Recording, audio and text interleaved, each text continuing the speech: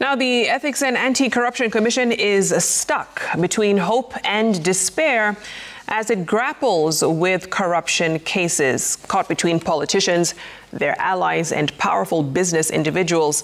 EACC CEO Twalib Mbarak reflects on his time at the helm of the anti-corruption body as he embarks on his final year in office. Stephen Leto was in Kilifi County and brings us a story. And you're left-handed, eh? Yeah.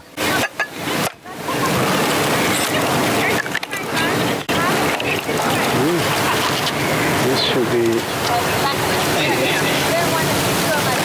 You drink like this, or you... Yeah, you can drink, or you can use a straw, whichever. That way. How did the Grandmas used to do? That way, yeah. So let me try mine. Born of a Yemeni father and a mother who is a mixture of an Arab and a Bajuni, a young Twalib Mbarak was brought up in Kilifi. Hii inaitwa dafu. Naona? Ikikomaa inakuwa nazi. Now nazi is the one that is sold in the market where people buy and cut and they use this hard white jelly to extract that what you call the coconut milk. Kiswahili tunaita tui. The same white jelly, you can use it to, you cook it and it extracts coconut oil. A young boy then, Mbarak joined Kibarani Primary School in Kilifi North constituency. We visited the school early morning. It was time to learn little Giriama. Mwalimu. Yeah. Sindazi.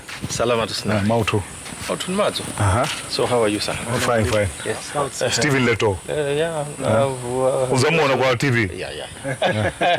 Zaniona kwa TV.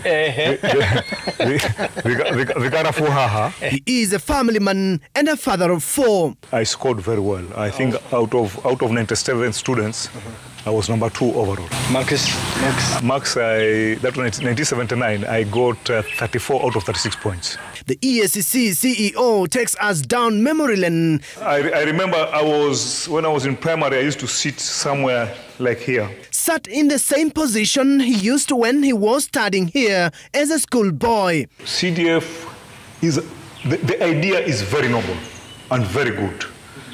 What the common problem in Kenya is accountability. Growing up in a humble coastal family, Mbarak ended up in the military. How did you transform from the military to the public service? Today, like for us who joined in 1984, almost 40 years ago, where the CDF was one of my group mates in cadet, people should know that General Ogola was the best overall cadet in our group. General Ogola is the one who took the sword as the best overall cadet.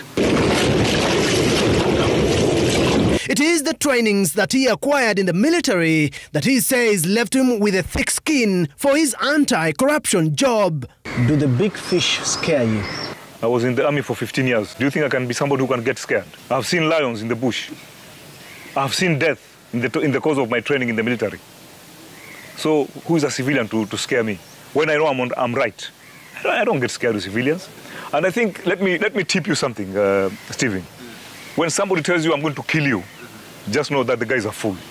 So if today you are a minister and you believe you can operate with impunity, do it, but one day the EACC will catch up with you. Don't think you are there at the top and think that you can operate with impunity. This country is governed by laws. If there's anything that you mess up as a CS, as a PS, as a CEO, and it comes to the attention of EACC, we'll pursue it. Mostly you investigate cases for a long time, such cases involving a lot of billions of taxpayers' money. This interview came a few days after the dramatic arrest of former Tourism Cabinet Secretary Najib Balala. The amount of money that college was allocated ended up being things from roughly about 2 billion, it went up to 8 billion. Right now, if you go to that site, Stephen, it's a very sad story. You have a very big college under construction, but it's stuck. And just for information, this case has got 2 phases. Phase 1 is about the consultancy. There's the construction part of it. We are yet to finish that file.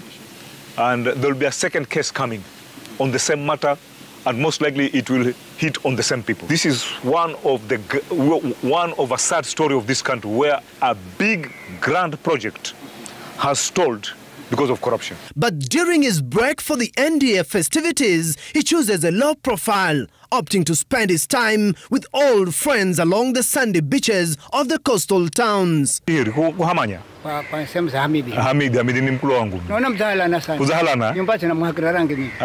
I asked him which is the most intriguing case he has handled during his tenure. Which case gave you the biggest headache? I think we should not put the word headache.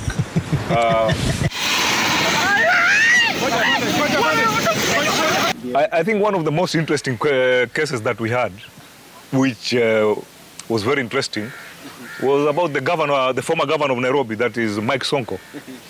You know, the drama that ensued, his arrest, and the issue of him trying to escape our arrest, and the media coverage. You know, it was more like a Hollywood movie, and it was very interesting because you know, the governor is very charismatic, very flamboyant, and the whole media was about that case. We assume that 2024 will be a year of clearing backlogs. Sasa hapa ndio tutaona kamata kabisa. Kamata sisi EACC don't believe in kamata.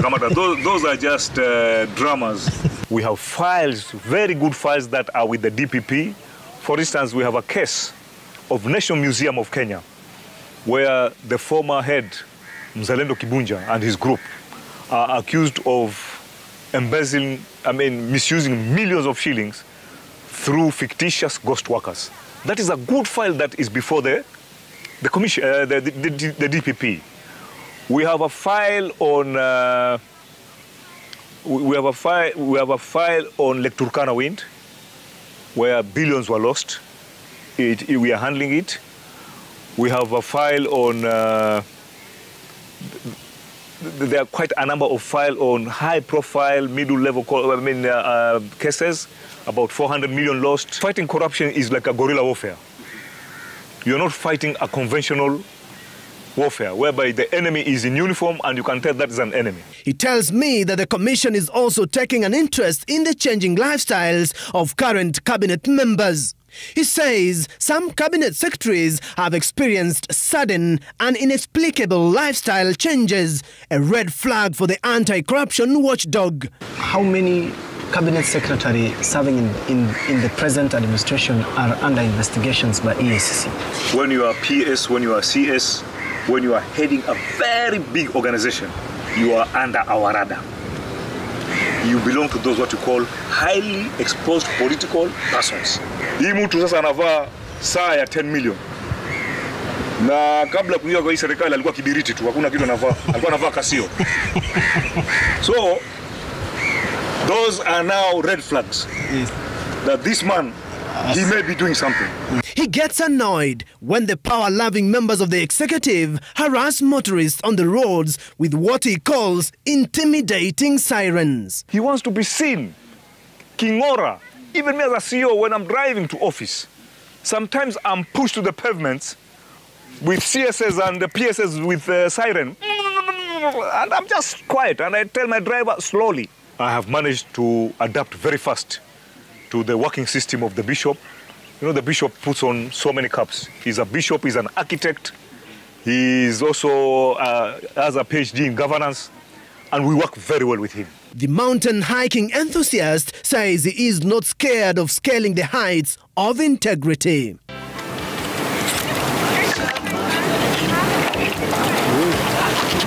This should be...